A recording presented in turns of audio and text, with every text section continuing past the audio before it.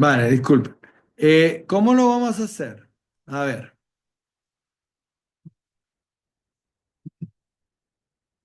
Bien. A ver, ¿se acuerdan que en el capítulo número uno nosotros teníamos, por ejemplo, bueno, empezamos con lo que hablábamos de, fundamentalmente en el capítulo número uno, de, aquí está, de que el capítulo número uno tiene un nombre. El capítulo número uno se llama Antecedentes del problema de investigación, o sea, lo que antecede. Tiene todo capítulo una introducción. Luego todo capítulo, ¿no? Después de la introducción, ¿no? En este capítulo uno, ¿qué tenemos?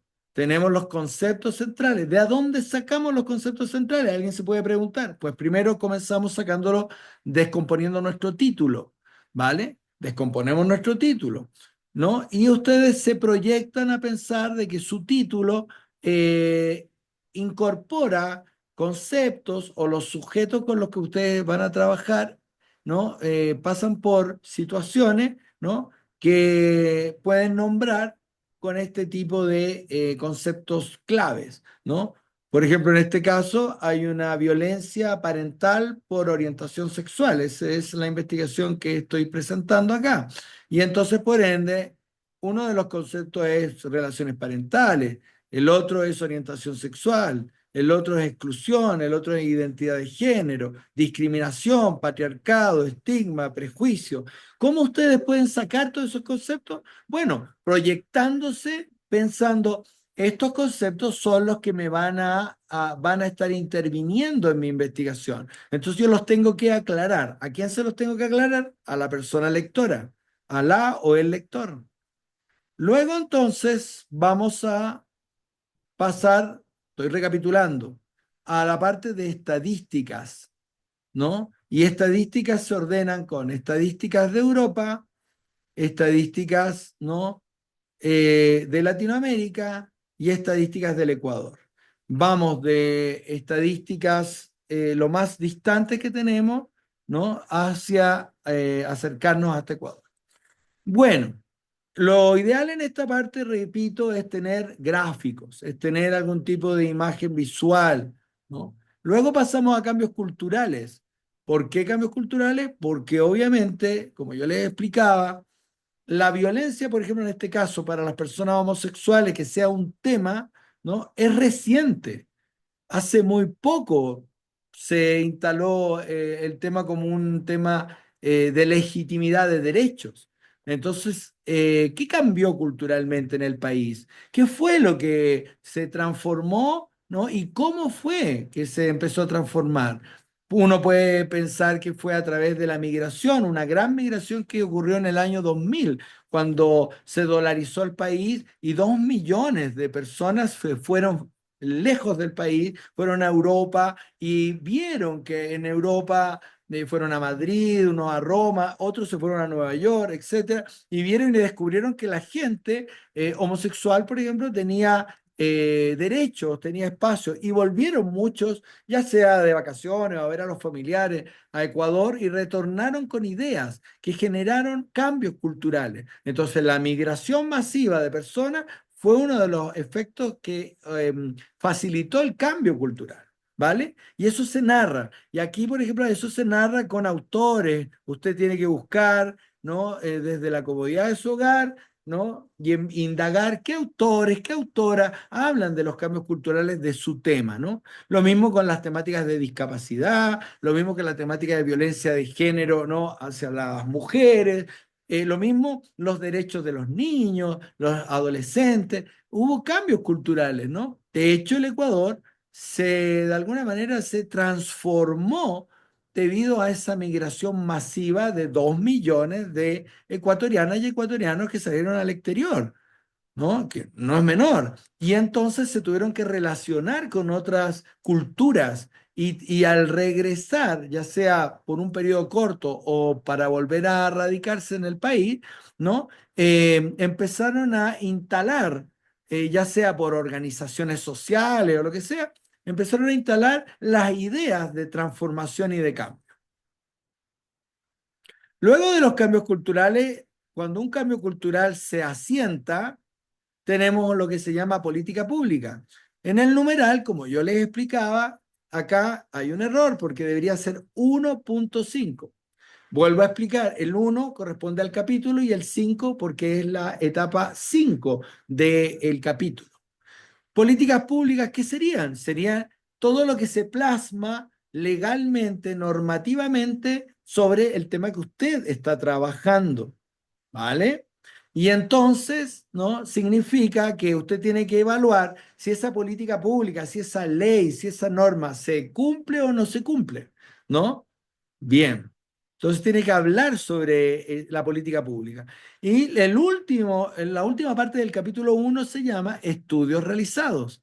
Aquí el numeral, ¿no? También hay que cambiarlo porque es 1 por el capítulo 1 que aún estamos, 1.6 que es la parte 6 del capítulo número 1. ¿Y cómo se llama? Estudios realizados. ¿Y estudios realizados dónde? Lo ordenamos también de lo más distante a lo más cercano. ¿Cómo lo ordenamos? Estudios europeos, ¿no? Y dentro de los estudios europeos usted tiene que poner ¿qué? Pues tiene que ordenarlo también desde el estudio más antiguo al más nuevo, ¿ya? En fechas. Y tiene que poner, ¿qué tiene que poner? Pues vuelvo a repetir, autores, autoras, ¿no? Tiene que poner fechas de realización del estudio, tiene que poner, ¿no? Obviamente el título del estudio y tiene que poner en dónde se realizó ese estudio. Se realizó en Madrid, se realizó en Berlín, se realizó en Roma, ¿dónde se realizó? Y luego tiene que analizarlo brevemente. ¿Cuántas líneas? Bueno, aproximadamente unas 10 líneas, aprox, puede pasarse a 15, qué sé yo. Analiza el estudio, dice de qué se trató, ¿no? Y las conclusiones, pero también es sumamente importante, como ya lo mencioné, ¿no? Que ponga una parte en las últimas 3 líneas, ¿no? Sobre la debilidad que tiene el estudio, ¿no? Sobre la limitación que yo marqué aquí en amarillo, ¿ya? Por ejemplo, la limitación de un estudio podría ser la limitación metodológica, que utilizaron herramientas como solamente cuantitativas y no cualitativas. Por ende, no sabemos la profundidad ni la cualidad de las opiniones ni las vivencias de las personas que trabajaron, que fueron sujetos de estudio. Puede ser una debilidad en el estudio que una debilidad muestral, porque no trabajaron con cierto tipo de sujetos, ¿no? Personas dentro del estudio. Por ejemplo, trabajaron con personas, qué sé yo, blanco mestiza, o, ¿no? Pero no trabajaron con población indígena o población afro, o qué sé yo, o no trabajaron con migrantes que era importante, ¿no? Etcétera. O trabajaron cierto rango etario y no otro rango etario, ¿no? Y entonces ahí son debilidades que uno puede encontrar, ¿no? ¿Por qué? ¿Por qué estamos buscando estas debilidades, ¿sí? En estos estudios realizados, ya sea en Europa, en Latinoamérica o en, eh, o en Ecuador. Porque nosotros vamos al próximo capítulo, que se llama capítulo número 2, ¿no? Que se llama planteamiento del problema, y el planteamiento del problema se hace en base fundamentalmente a qué? Fundamentalmente se hace el planteamiento del problema en base a los antecedentes del planteamiento del problema, es decir, lo que antecedió a yo plantear el problema, ¿no? Y ahí yo, en los antecedentes, en el capítulo 1, yo descubro las debilidades, los vacíos, en donde yo puedo proponer cosas nuevas, porque hacer una investigación no es hacer más de lo mismo. Hacer una investigación es proponer, ¿no? Un estudio nuevo sobre algo, una nueva mirada, algo nunca antes dicho, nunca antes visto. ¿Por qué? Porque, ya les dije, si es que hay alguien que tiene que ser el grupo, la clase intelectual del país, son ustedes. Ustedes son las personas llamadas a pensar este país, pensar las problemáticas del país. Tienen una responsabilidad social al ser, al pretender ser psicólogas y psicólogos, en este caso educativos, ¿no? O clínicos, etcétera, ¿no? Entonces, ustedes piensan y no van a pensar más de lo mismo. Van a pensar y van a tratar de descubrir aportes nuevos. Y es por eso que se buscan las debilidades.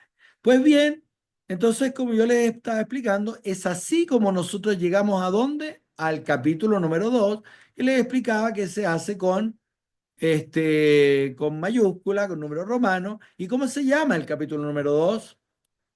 ¿Ah? Se centra, está centrado, está con mayúsculas, con número romano, y el nombre del capítulo 2 se llama Planteamiento del problema.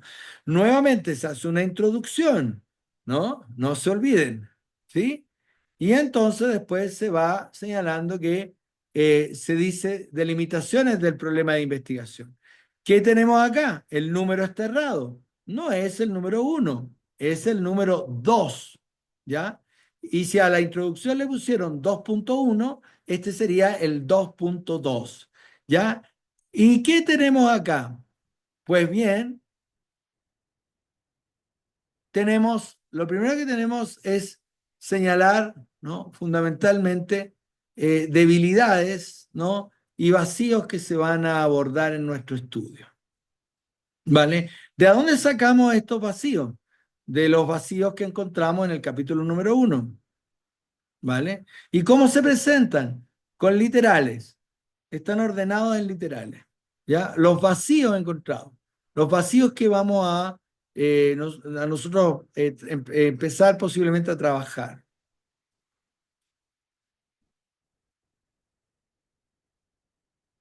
Una parte muy importante que generalmente va en el 1.3, aquí está en el 1.2, es las debilidades encontradas transformadas en un problema. Este es el núcleo del capítulo. ¿Por qué?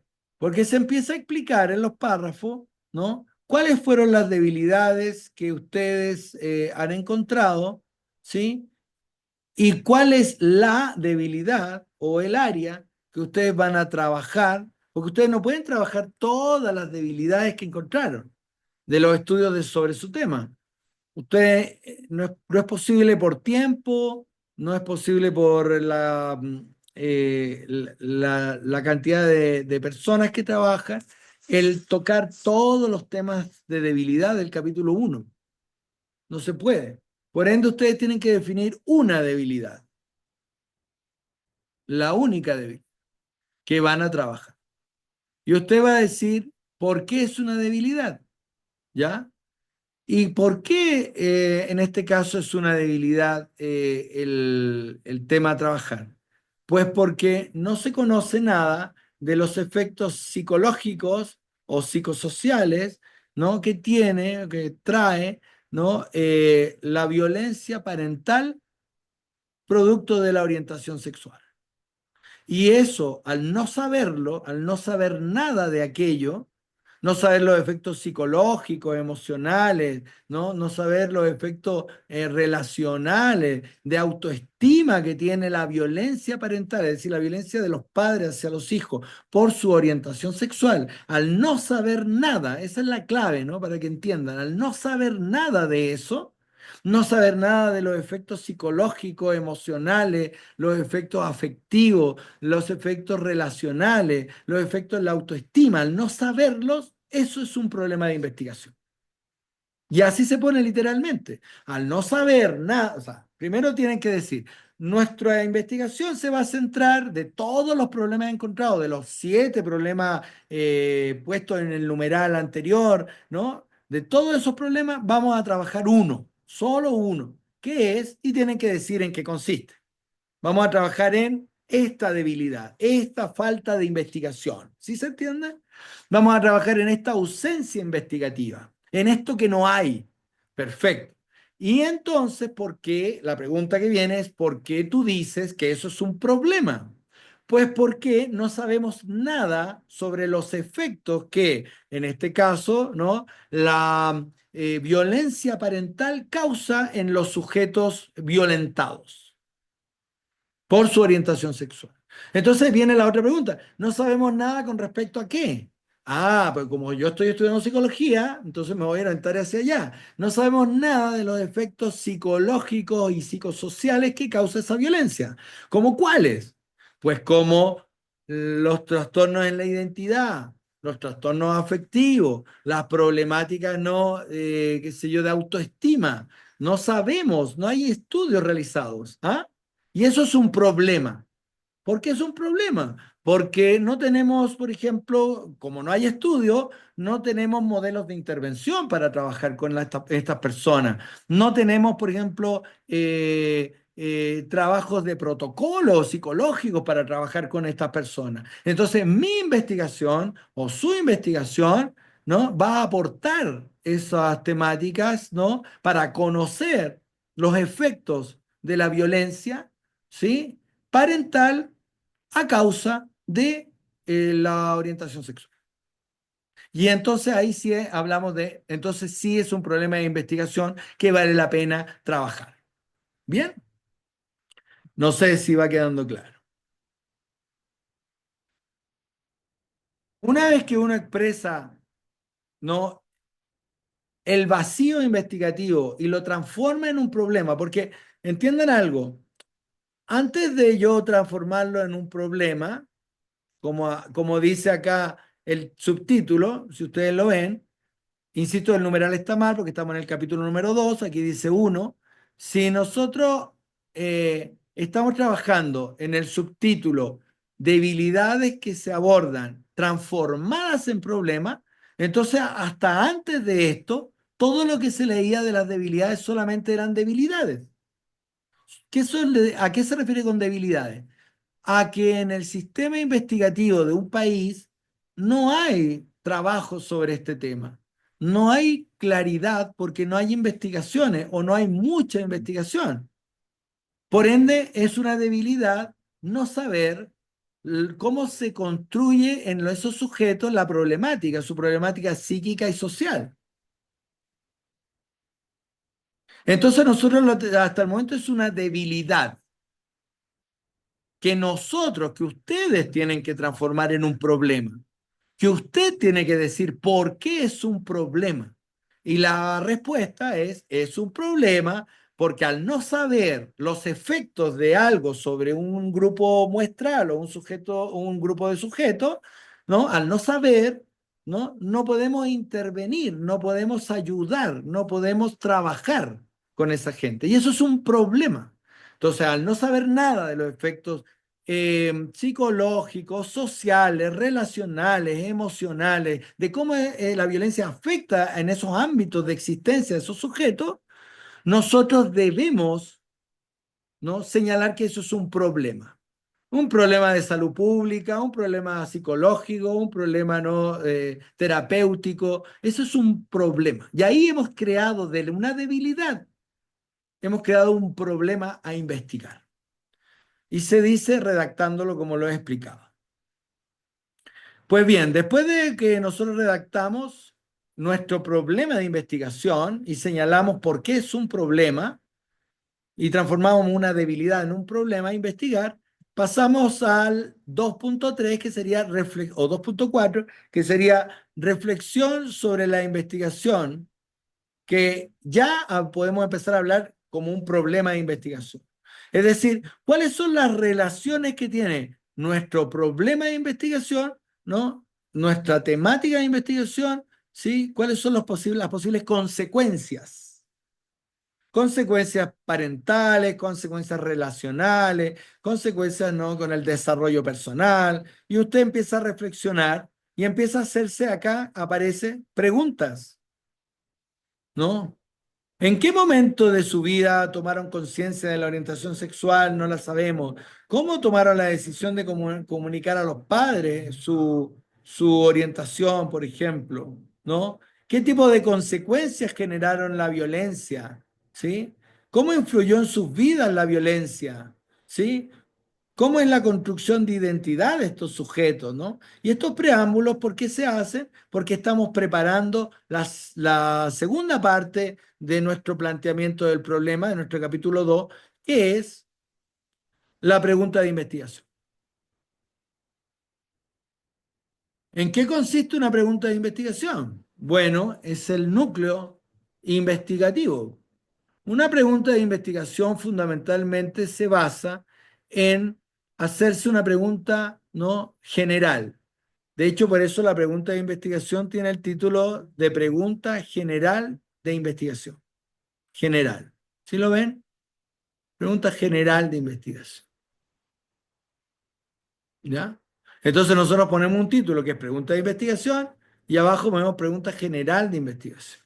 Nuestra pregunta general de investigación es la pregunta más vasta, menos específica, ¿no? ¿Y a qué se refiere eso?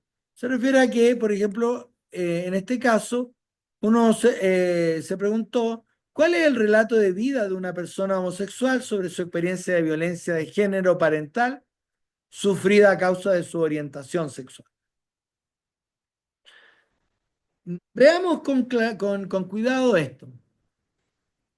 ¿Cuál es el relato de vida de una persona homosexual sobre su experiencia de vida, ¿no? Sobre su experiencia de vida de violencia sufrida por su orientación. Una pregunta general debe ser tan general que uno debe preguntarse, ¿pero en qué ámbito? ¿En qué ámbito estamos hablando ¿sí? de esa experiencia de violencia? Me explico. Una pregunta general tiene que ser tan general, tan abarcativa, tan inespecífica, que cuando se pregunta cuáles serían esas experiencias de violencia, que el núcleo sería este, voy a marcarlo con amarillo, experiencias de violencia, ¿sí? Uno se tendría que preguntar, ¿pero en qué ámbito? ¿En el ámbito relacional? ¿En el ámbito afectivo? ¿En el ámbito cognitivo? ¿En el ámbito de desarrollo personal? No lo sabemos. ¿Y por qué es bueno no saberlo? Porque en las preguntas específicas que vienen a continuación, acá, si la ven, es ahí donde nosotros vamos a acotar, a cerrar, a especificar en qué ámbito nosotros queremos saber sobre las consecuencias de las experiencias. Entonces acá, por ejemplo, si ustedes observan en la pregunta específica, justamente allí ya aparece el ámbito. Por ejemplo, dice, ¿cómo afecta la violencia en dónde? En la relación parental. ¿Ya? ¿Cuáles son los efectos psicológicos? Se pregunta en literal B. ¿Cuáles son los efectos psicológicos de esta experiencia de violencia? Entonces ahí ya sí somos específicos. No sé si se entiende. Una buena pregunta general es una pregunta abarcativa que tiene que llevarte a preguntarte en qué ámbito, en qué sentido me estás preguntando sobre las experiencias de violencia. ¿Sí se entiende? Es muy general, por eso su nombre. ¿Dónde se resuelve la pregunta general? Pues en las preguntas específicas. Por ejemplo, aquí ya uno tiene que ir al meollo, al núcleo del asunto. Por ejemplo, acá uno se pregunta, sí, las experiencias de violencia, ¿pero en qué? Ah, en efectos psicológicos. Perfecto, queda clarísimo. ¿Ya? En la A, ¿no? Sobre las relaciones parentales. Ah, perfecto. ¿Ya? Y en la tercera pregunta específica, las estrategias de afrontamiento psicológico, ¿cuáles son? Entonces, muy específico, ¿me entienden? Perfecto.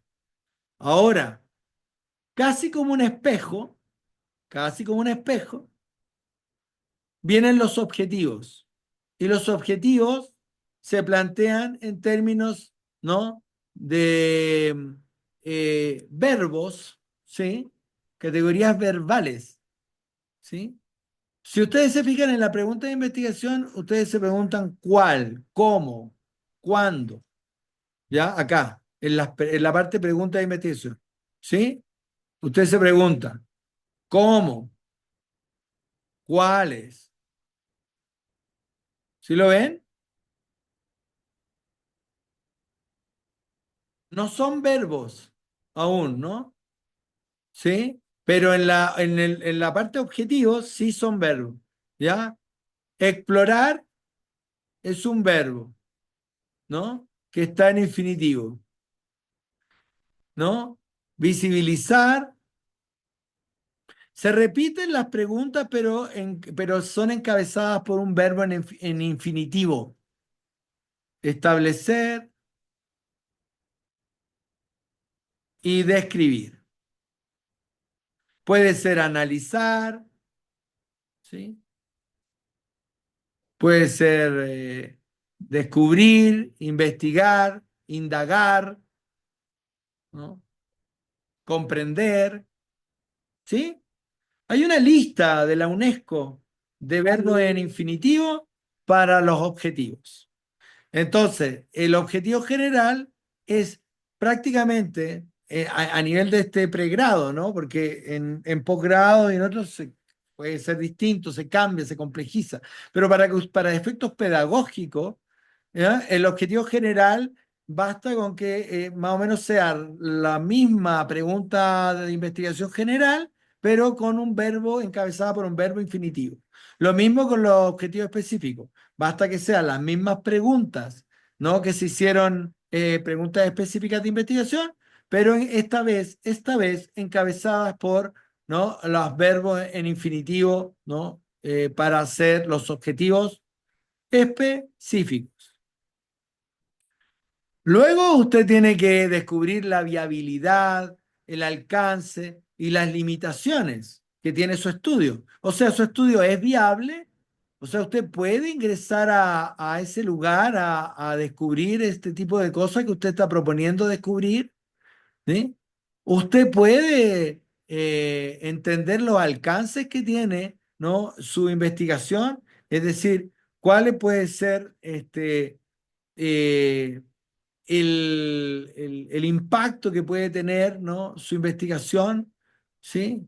Y cuáles son sus limitaciones, ¿no? ¿Qué cosas, hasta dónde usted puede llegar y que ya no puede avanzar más? ¿Cuáles son los problemas que usted va a tener, las limitantes que va a tener? La distancia, el tiempo, el acceso a los sujetos muestrales, ¿no? Los recursos financieros, no sabemos. Se tiene que evaluar.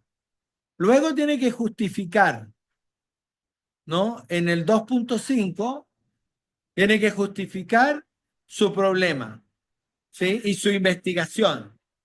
La puede justificar su investigación y la justificación tiene diferentes subtítulos. No es una justificación así como fantasiosa de que usted se pone en un aspecto como literario a argumentar, ¿no? ¿Por qué se justifica su investigación? Sino que hay valores teóricos para justificar, es decir, por ejemplo, que usted quiere aportar una nueva teoría, unas nuevas teorías, unas nuevas reflexiones sobre su investigación. Usted quiere tener un valor metodológico, es decir, no habían investigaciones cualitativas, antropológicas, psicosociales, y usted va a hacer por primera vez o va a hacer una de las primeras investigaciones metodológicamente cualitativas, profundas, antropológicas, ¿no? Y psicosociales. Usted va a tener una justificación práctica, es decir, esto va a llevar a que puedan generarse protocolos, normativas de atención pragmática, mejores para esta población, o puede hacer tal vez, una vez que ha terminado su investigación va a servir para hacer actividades de prevención y promoción sobre esta población que está afectada de esta situación, o tiene una justificación de relevancia social también, que su investigación va a ir a aportar a un grupo de sujetos sufrientes que guardan en secreto este tipo de padecimientos psicosociales, ¿no? Por ende, es una contribución a la sociedad reflexionar sobre estos temas. ¿Sí se entiende? Y usted va a realizar una hipótesis. Una hipótesis. ¿En qué consiste? Bueno, fundamentalmente en por qué cree que ocurre lo que ocurre y cómo cree, ¿no? Que ocurre lo que ocurre. ¿Vale?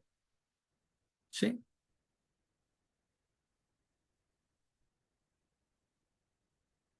Y luego pasamos al capítulo número 3 que lo vamos a ver en otro momento.